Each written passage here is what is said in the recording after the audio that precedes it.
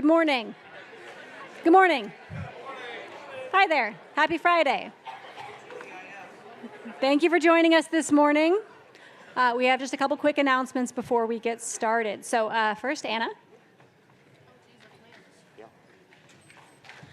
Hello. Oh boy, that's me. Yeah, I'm Anna. I'm here on behalf of FemCorps. I just wanted to let you know, I think there's a slide to pull up. Yay! Tonight, FemCorps is partnering with Mennonite Women USA. Cyneatha Millsaps, our speaker today. We're going to be having a women's forum to discuss issues that we see on campus, the community, and in the church through a feminist lens. So if you're interested, we're also going to have free pizza. Yeah. It's at 5:30 in the meeting place. That's the lower level of the ad building. Yeah, we'd love to see you there. Thanks.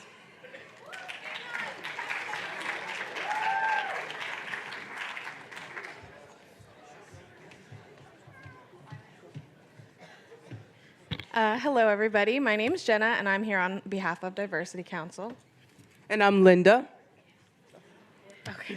Well, we want to tell you about an event we're having next Friday, the 4th, at 7:30 p.m. We're celebrating Hispanic Heritage Month this month, September 15th through October 15th. So we're having a Bethel fiesta out in front of the ad building. There's going to be dancers. We're going to have food. We can learn how to dance from the dancers. It's going to be a lot of fun, so we want you all to come out.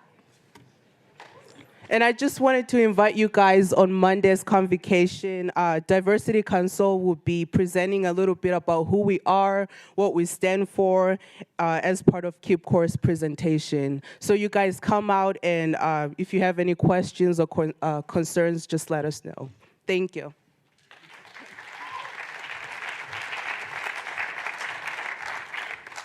Thank you. To introduce our speaker today, I will turn it over to Peter Gorzen. Thanks. It is a real privilege for me to introduce to you all Cyneatha Millsaps, who is the Executive Director of Mennonite Women USA, which engages the prophetic voices of all women who honor stories, share grace, practice justice, and embrace healing. Cyneatha is an experienced pastor in multicultural settings, a community activist, a parent of 7 and grandparent of 20, and mentor to many. Cyneatha spoke in our Ash Wednesday chapel service last year and previously served as pastor in residence at Bethel College in 2009, and we are delighted to welcome her back to campus to address our convocation today. Cyneatha lives in the Chicago area and is widely regarded across Mennonite Church USA, the denomination with which Bethel College affiliates, as an excellent preacher, a wise and caring pastor, and an inspiring leader. So Cyneatha, welcome back to Bethel College, and we look forward to hearing from you as you speak to us on the consequence of gun violence, personal reflection.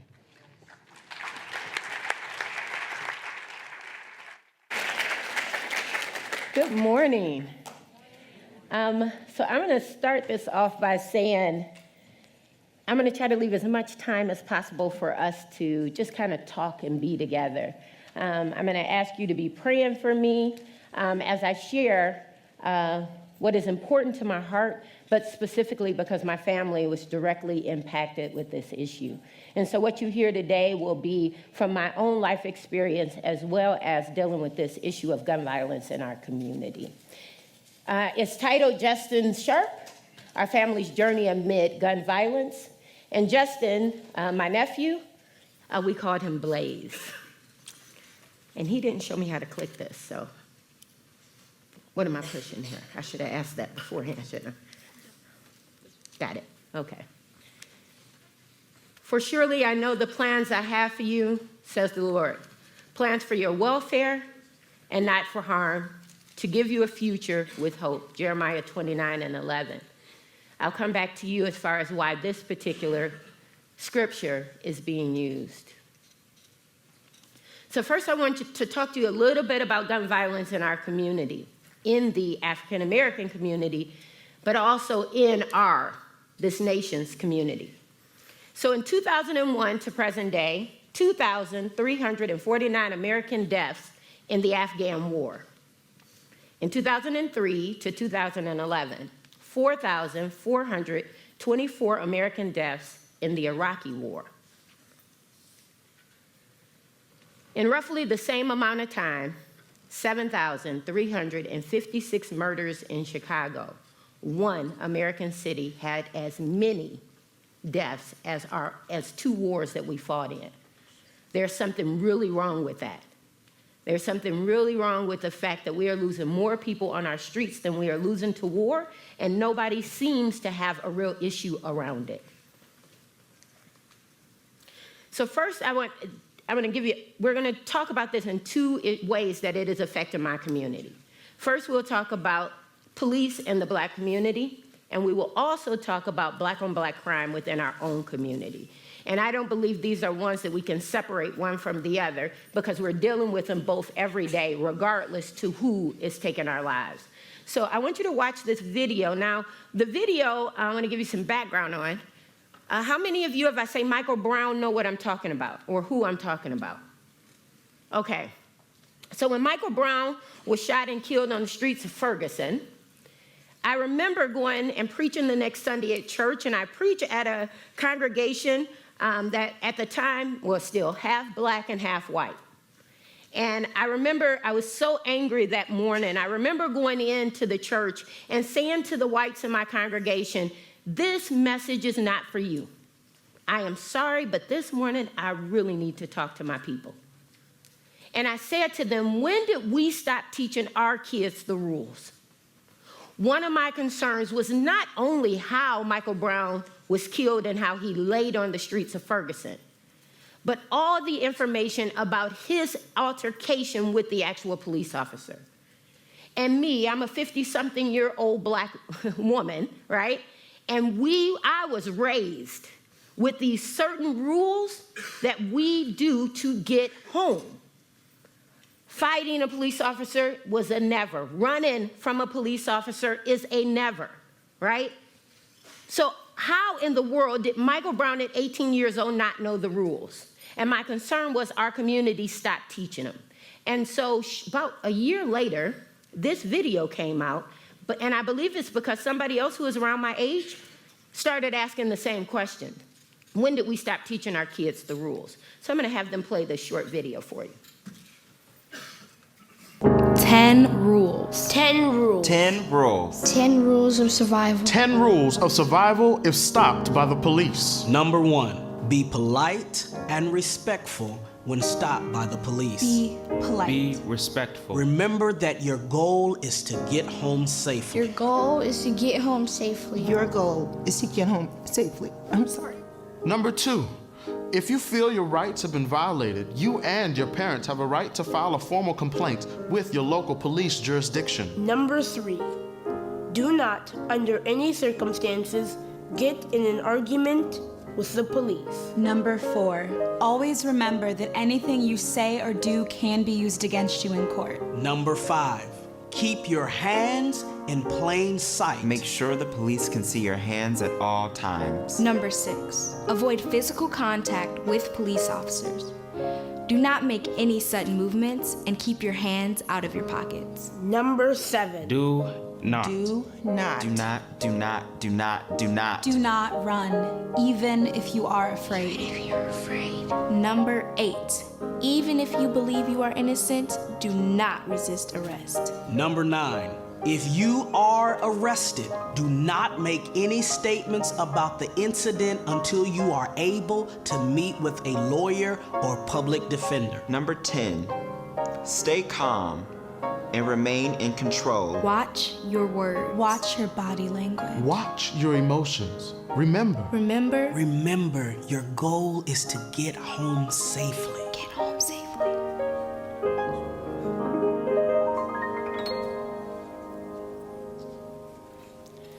I now show this video as much as I possibly can, more than anything because not only is the rest of the world around us kind of not getting this correct.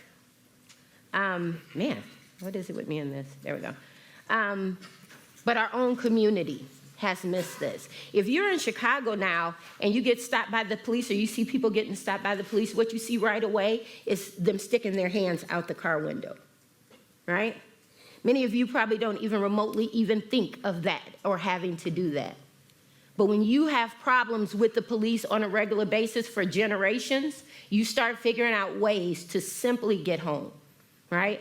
And we've seen enough in the last few years that has reminding us again, the Michael Browns, Laquan McDonald's, the Tamir Rice, they seem new situations to our nation, but this has been going on in the Black community for extremely long time, an extremely long time. And thank God for video cameras in which now the rest of the world has to see it.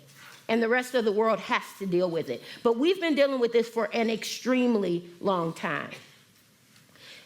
The problem with the Black community and police is part of the reason is that police were never designed to actually help us. We were always their problem, right?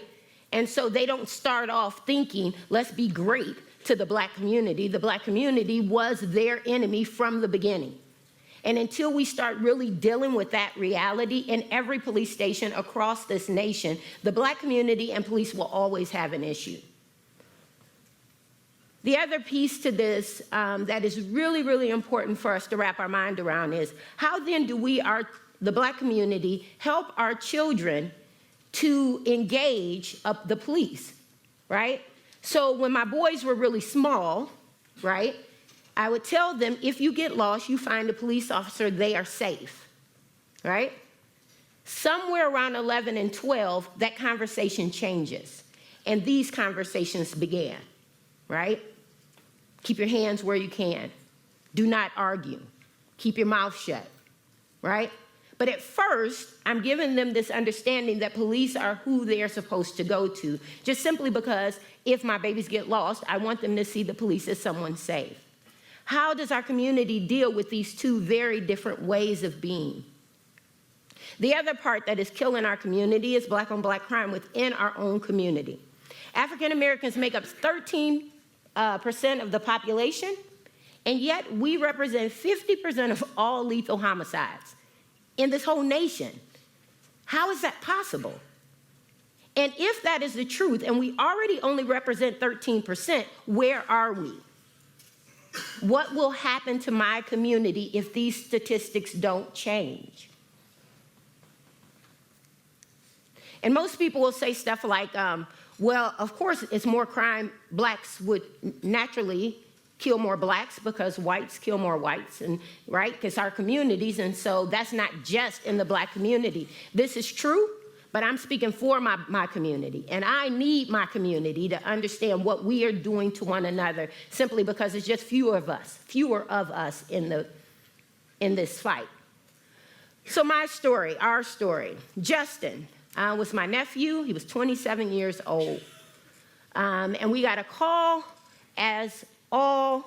if a Black family has not received the call, the African American family has not received the call yet, chances are you will. And for many families that I know personally, especially in the city of Chicago and South Bend, Indiana, they will receive these calls 2 and 3 times in a lifetime. Early morning at 5:30, my son Travis calls me. We were supposed to be heading to Indianapolis to a birthday party for my grandson. And so I thought he was making sure I was up and had some last-minute plans. And he says, Mama, Justin just got shot. And it's early morning, I'm not quite up yet. And I said, what are you talking about? He said, Justin, they killed Justin. And I said, Justin who? And now he's frustrated with me because I'm not putting it together. And he said, Justin, Blaze, they killed Blaze. And so I get up and I say, where's Chris, who is Justin's mom? And he wasn't sure at the time. And I told him, okay, I'll get dressed. I'm in Chicago, they're in Elkhart. I get my husband up, we get dressed, we gotta head to Elkhart, Justin's been killed. This call is a call, if you are an African American parent, it is one that you hope you never get. And you're always, every time the phone rings late at night or on a weekend, right, there's this hitch in your voice, because in your chest, because that's not what you want to hear on the other end of that phone call. Justin and his friends, were three of them in a car, got into an altercation at a gas station with some other guys. Justin didn't. Justin was sitting in the car. The driver of the car Justin was in got out at the gas station and got into this altercation. He got back in the car, right? And instead of going home, they went a few blocks up to another gas station. So he walked away from it, but he only went a couple of blocks away. They were in South Bend. Justin, we also have rules like we have for the police. We also have rules for within our own community. The first thing Justin and them did wrong was as soon as something went wrong, it was a silly argument really about nothing, instead of them hanging out a little bit longer in South Bend, they should have headed back home. Whenever you get into these altercations, you need to remove yourself from that space, right?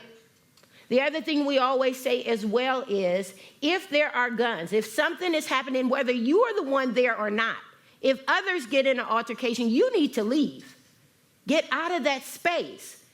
Because chances are somebody got a gun, somebody's going to shoot, and bullets have no name, right? And oftentimes most people who are spraying are just doing just that, right? And so you need to remove yourself from those spaces. And then never take on somebody else's enemy. This one is really important. The young man that shot my nephew Justin's name is Brian. Brian was 24 years old at the time when he killed Justin. Justin then went to the next gas station. It's the middle of the night. It's 3:30 in the morning. It's the only gas station open in town. It's a long line of people going through. Brian and his brother and others that were in the car had time to go to the house. They go to their sister's house and tell her boyfriend and her what is going on or what just happened at the gas station. Their sister's boyfriend gave them guns and sent them back out, right? And sure enough, it's only one place anybody's really going to hang out at. That's exactly where they went. They waited on the corner for Justin and them to pull out. And as soon as they pulled out of the gas station and started to make a turn on the street, one went in front and one car went behind. The young man in the front shot in the front of the car. The young man in the back shot the back of the car. Justin was hit immediately in the chest. The only thing our family takes from this as some kind of solace is the coroner told us that Justin, when Justin got shot, it turned him off immediately. So he probably had no idea what was happening before he died. So he did not suffer. He didn't lay there for hours waiting for help. He was gone instantly. Justin, at 27, was gone. But not only Justin has our community lost in this situation. Justin died. Brian, the one who actually fatally shot him, at 23 years old, got 89 years in prison. He's gone. His brother, who was shooting at the back of the car, and many people know that oftentimes when they're shooting, they really don't want to hit anybody, so he was shooting like towards the bottom of the car and the tires area. That young man got 45 years. That's 3 young black men taken from our community in an instant, right? But look at these numbers. Justin had 7 babies, Brian had 8, and his brother had 3. All these children will grow up without a father. It's another problem in our community because we're talking about 3 men with 18 children and none of them were out of their 20s, right? That's a whole nother issue. We'll talk about that one on another day if you bring me back, right? Whole nother set of issues. But all of these are connected. Gun violence is literally changing the face of my community. It's changing our nation, right? But I can see it quite well in my community because we're only 13%, right? And it is coming off the heels of mass incarceration in the 80s and the 90s that almost wiped us out anyways. And that was by design as well. We lost scores of black men to the prison system. And many of these kids, like Justin and probably Brian and his brother, Many of their fathers were serving time in prison. And so these young men had grew up trying to figure it out on their own. And now that guns are at our very ready, right? Young men who haven't been guided all that well turn to these simple solutions. So let's talk about our family. Chris is Justin's mom. One of the things I hate saying about us, especially as black women, is that we're strong. And that's what people say, oh, they are so strong, right? But we shouldn't have to be. Chris shouldn't have to stand in these spaces trying to hold on to any shred of life left after losing her son. But she does. And Chris took us all back later that morning on the day Justin died, to the gas station, in which we found out there, she went in and said, can we pray outside here? And the attendant said, please do. Said in the last few years, every week there's a shooting here. And we prayed outside of one stop gas station in South Bend. And since Justin's death, there has never been another shooting there. And that's because Chris, I believe, decided that she was going to pray for others just like her son who had been who had caught in this situation. An older woman told Chris, who had lost her child years ago, you always walk with a limp now. And Chris, every day that we talk, maybe about every 3 or 4 days, Chris talks about some days she is up and it is normal, and the very next day, or some sound or some picture or something will remind her of Justin, and she's not completely off her axis. Brian that day not only took Justin, but he affected all of my family, and all in profound ways. The day when we gathered, which we always do when someone is shot in the family, the first thing is everybody goes usually to the mother's home or to the grandmother's home, whoever seems to be the matriarch of that particular family. And we all gather there. We gather in anger, we gather in tears, and all the young men, of course, are thinking about how do we take care of this? We believe we know who did it. We'll go back out looking. We'll go knock on doors and figure out who can tell us stuff. And it was in that moment where Chris and I and other women in the family said, absolutely not. We are not doing that. But I work with a lot of people in our community, and that is not the message that young men get when the family is gathering. That's what our family gave. But far more often, when those young men are talking about going back out, there's nobody to stop them, and that's exactly what they do. That's how a young man in Chicago, a young father in Chicago, had 3 sons in 2.5 years, and he lost all 3 of them to gun violence. One group goes back after the other group, who comes back after the other group. Justin's brother and cousins and friends are working at this thing now, but all of them are affected. My son Travis, this is the necklace that Travis wears every day. Him and Justin are first cousins, but they were like best friends. And Travis has been seriously hurt by the loss of Justin. And he had this necklace done for himself. And I have 2 problems with the necklace, me and Justin's other aunt. So Justin and my son look almost like they should be the twins. I have twin boys, and Justin looks just like my twins, right? And so when I see the necklace and the picture on the front of here, it makes me a little nervous because I can see Travis, right? Justin's aunt, on the other side, every time she sees Travis, makes her sad because she can see Justin. And we walk with this all the time. The boys found a way, though, to get through what they're going through. They organized a basketball game, and every year we have Blaze Day. And the young men from the community that they have grown up with for years, some that don't even live in the area anymore, come back, and we have this huge community basketball game, and everybody comes and pays money and buys T-shirts and stuff to raise money. And then the money is given to Chris, and Chris has a trust she has started. She puts the money in a trust, so that way, if something comes up with the kids' health, or specifically for their education later down the line, there's something set aside to help Justin's children. That's the way my family figured out how to do it. And other families have figured out ways, and others have not. Chris now goes to every mother who loses a child to gun violence in our community. And she called me the last time she went to one, and she said it was weird. She said when she walked up and all of the people are standing outside of the house, like we always do, gather at the house, she said she got out the car, and she said it was like parting of the Red Sea. She said everybody stepped aside and gave her a path straight to that mother. And she said she could hear people saying, "That's Justin's mom. That's Justin's mom." And they just parted the way and let her get to that mother. And she said the only thing she did when she got with that mother was hugged her, and they just cried together.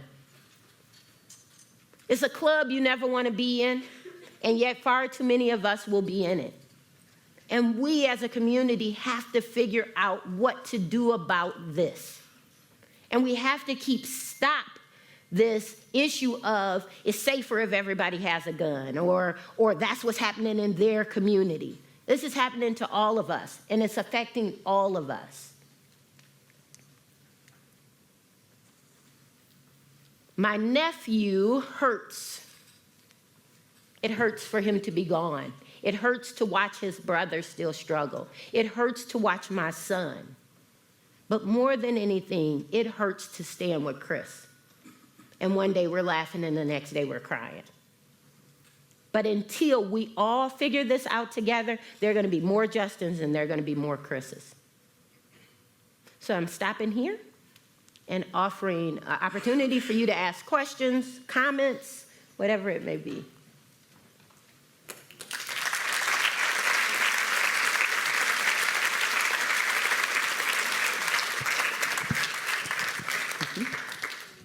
Thank you, Cyneatha. We'll have the electronic form out soon. Before then, questions from the audience?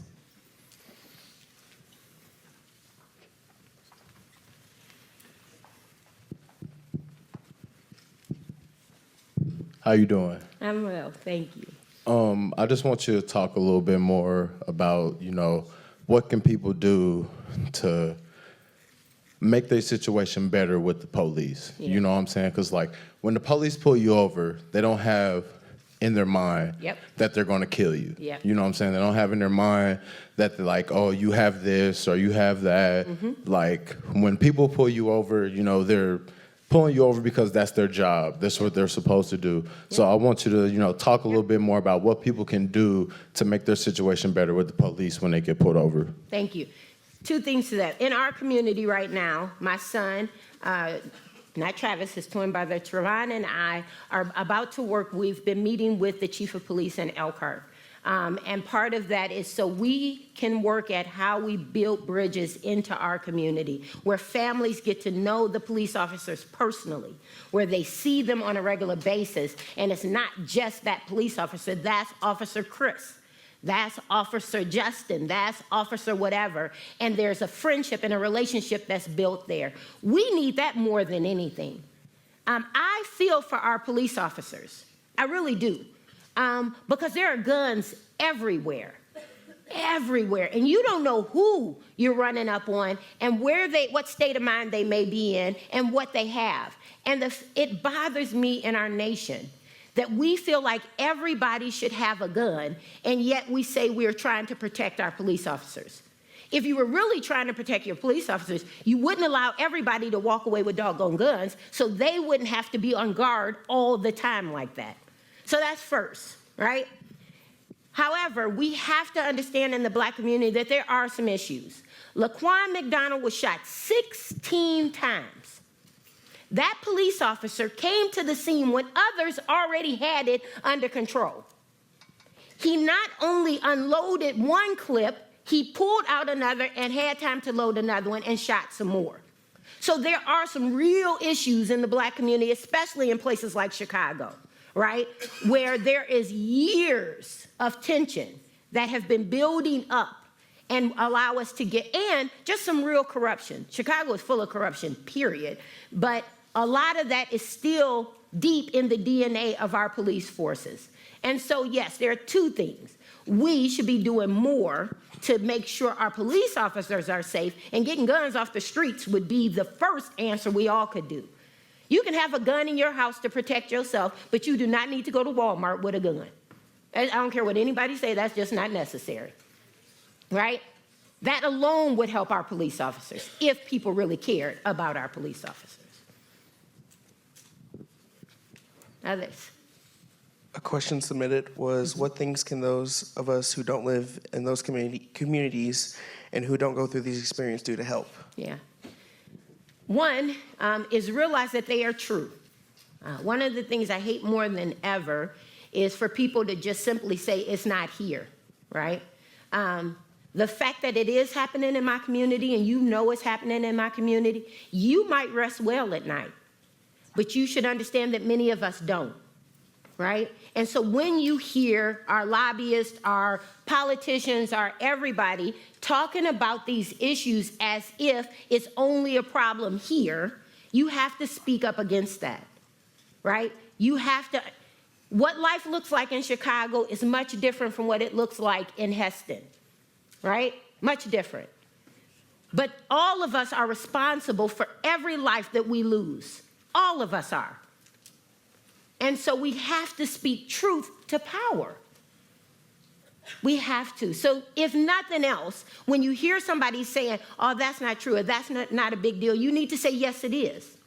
And just because you haven't went through it, there are families that are suffering behind this. And all of us have a responsibility. Speak truth to power if you can't do anything else. Other questions? Do you try to talk to people in communities that are high on violence to convince them to stop violence? Yes. So my speech in places like this, same speech pretty much, but it sounds a whole lot different when I'm talking to my own community. And the trick, the switch in it is we are responsible for ourselves. All of this stuff is still the same reality, but at some point we have to take care of ourselves. My belief in that is simply this. Right around the civil rights movement, the African American community felt like we had arrived. Great things were changing for us.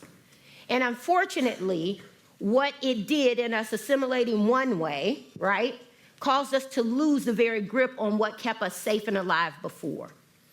Our tight-knit communities, us looking out for each other, those things fell apart because some were able to move out, move up, and move out in life, but the majority of us got left behind. And for those that got left behind, these kind of ills have picked up in our community at a rate without strong leaders in the community to help us. And so the call when I'm in my own community is saying it's our responsibility to take care of us. And I ask the world to help us, but the reality is we got to take care of ourselves. Other questions?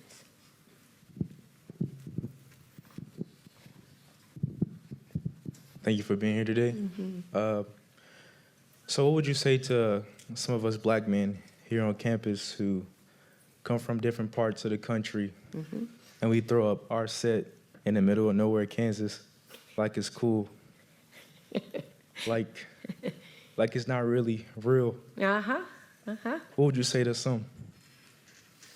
I'm going to say this first and foremost. We are who we are, right? I'm from Elkhart, Indiana, but I've been in Chicago so long. I love Chicago. There's beauty in Chicago. I tell people all the time, I'm an African-American female, and I love everything about being an African-American female. So whatever it is to make you feel good about who you are, you have every right to be that. And nobody should be trying to take that away from you. So whether you're throwing up your set or not, that's up to you. It's what you do with that in conjunction with somebody else. Can you coexist in this same space, or are you antagonizing somebody else? If it's antagonizing, we got a problem, right? And we need to have a much different conversation.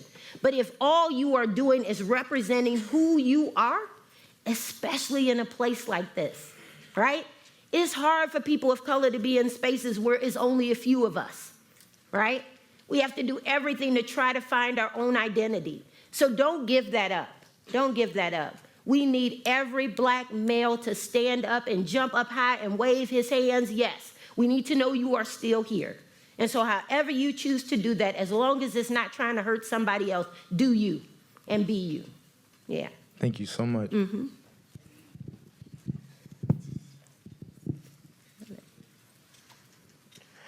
Do you feel it's wrong that mainly only black or people of color have to be taught the rules? Shouldn't we be combating that and finding ways to help hold the police more accountable? Yes, yes, yes, and yes. Yes, yes.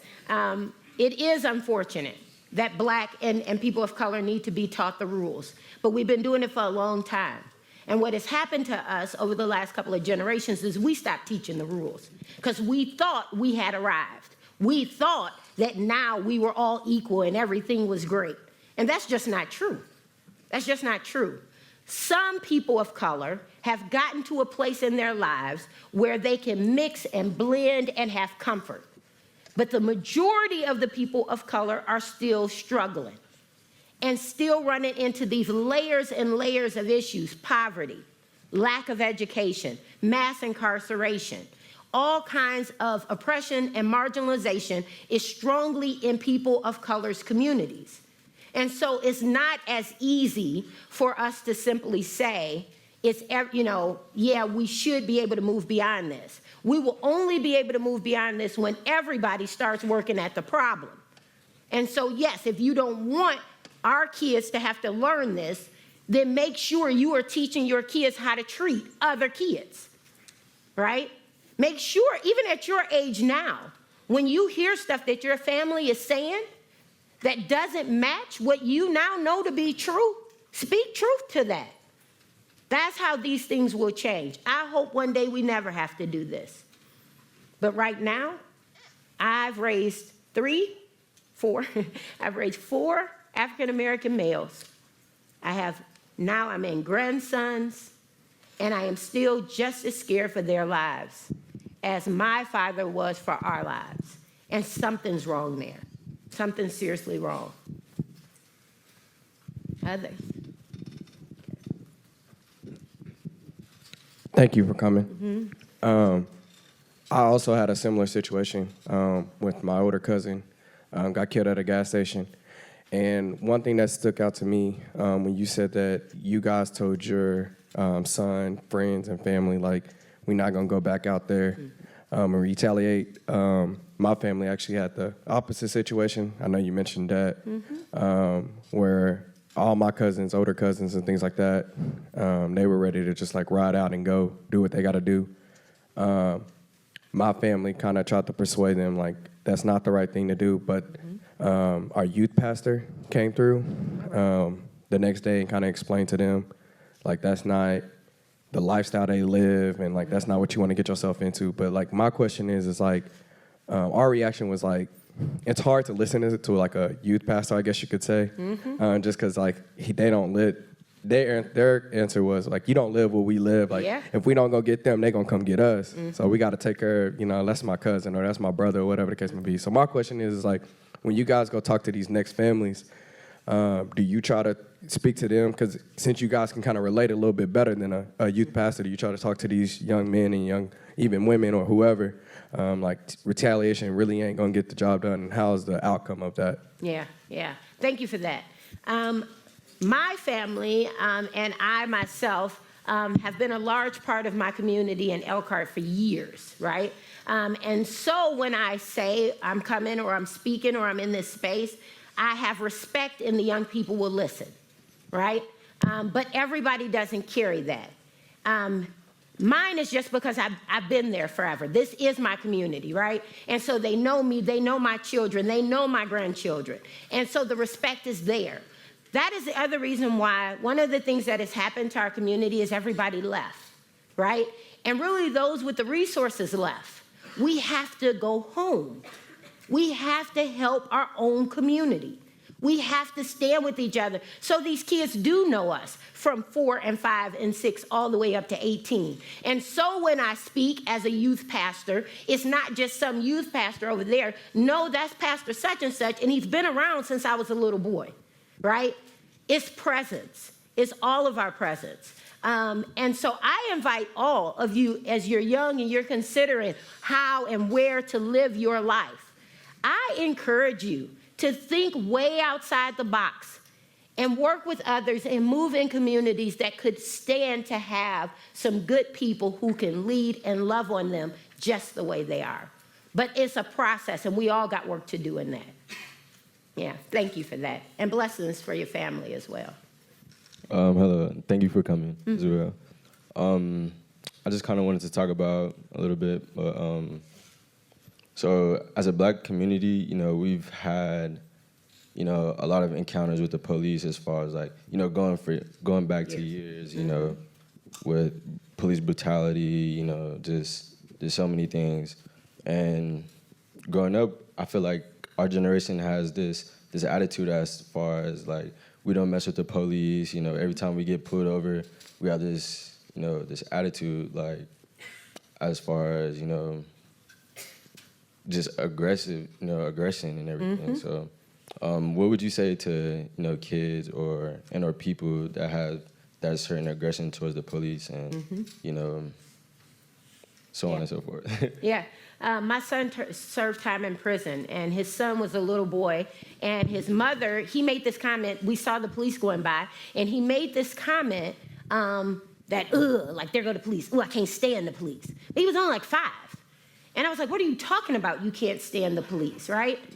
When I am meeting, and we're meeting with Officer Chris in Elkhart, a lot of it is, and I've said to them, there's a generation we have pretty much lost. If we can get your age group to help, by God, we want you to help.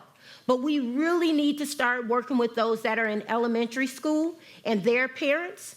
And I told Kristen, we need a program in which the officers are at and in the schools, not in gear, right? Not patting them down, but just there to say good morning, to read a book with them, right? We have to change the culture between how our community receives the police officers. And the only way that's going to change is we got to start with the youngest group that hasn't developed this fear and anxiety against the police officers. And for those of us, my age and your age, that are willing to toe the line, we need you to do it. We need you to step up and help invite these police officers into our community, to say that they're okay, to say that I trust them, because the kids will trust you. And if you trust them, then the people will begin to let their guards down about the fear and confusion. We have to, as a community, we have to do much better in our relationships with police for our own sake, right? It's one of those things I say to my community. We can ask everybody to do a whole lot of stuff, but this is one we better figure out real quick, right? Because we're losing this battle. Yeah. So thank you. I hope that answers your question.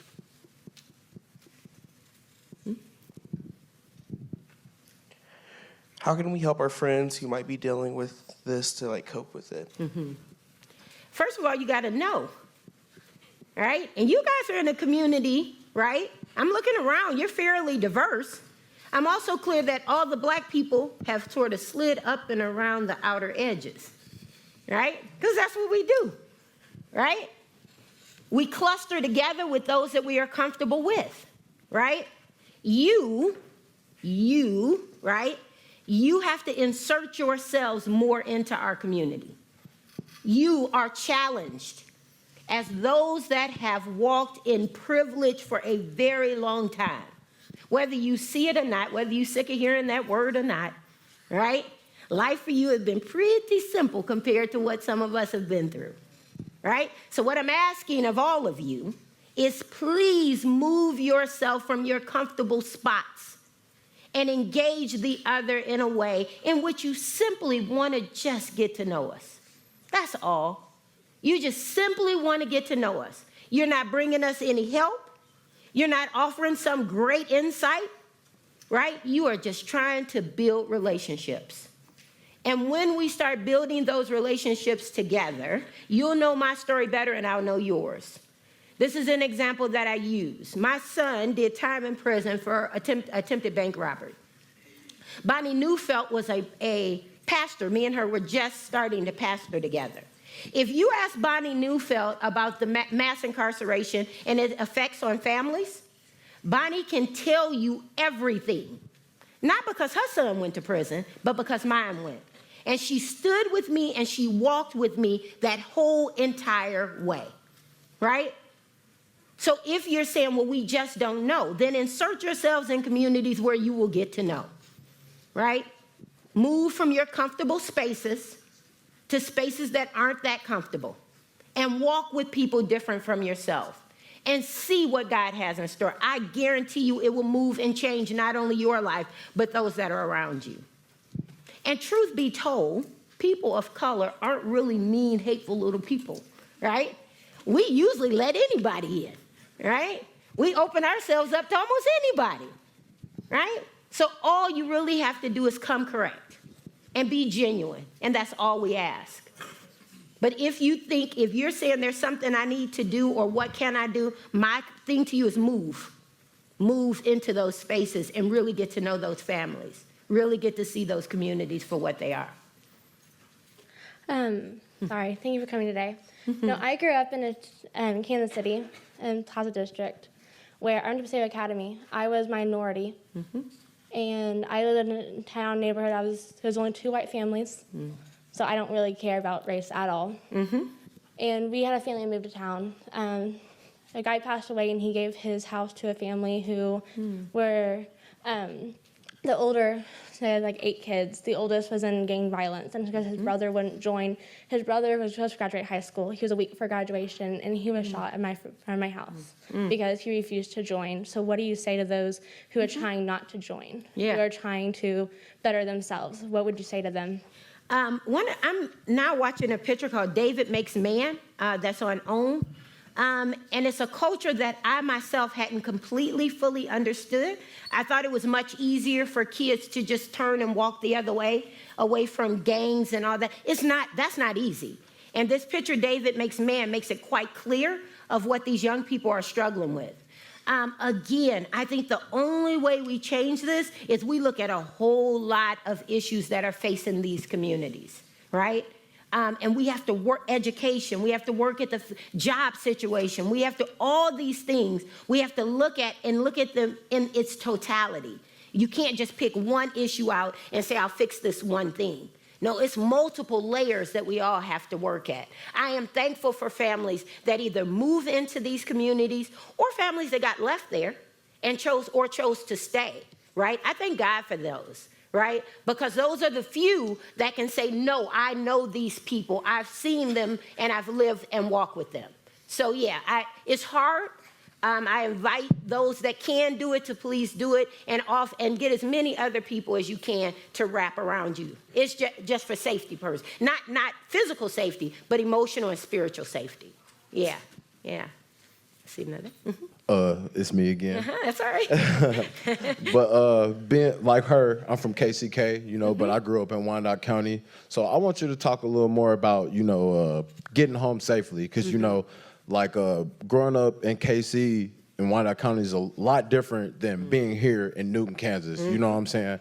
So, I want you to, kind of relate interactions with the police relating to a heavy city setting related to a small town setting, the difference between what the police are looking for, what the police are trying to find within somebody when they pull you over, stuff like that. Yeah.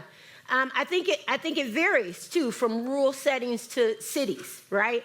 I think in cities, more often than not, police officers are a little more accustomed to coming into contact with a wide range of, quote, the criminal. So it's not just somebody that is a person of color. They are just preparing themselves in general for the criminal, right? And they are set up and designed in such a way that their first thing is to protect their own lives first, right? And I ain't mad at them for that. I just think we should rethink that whole process as well, okay?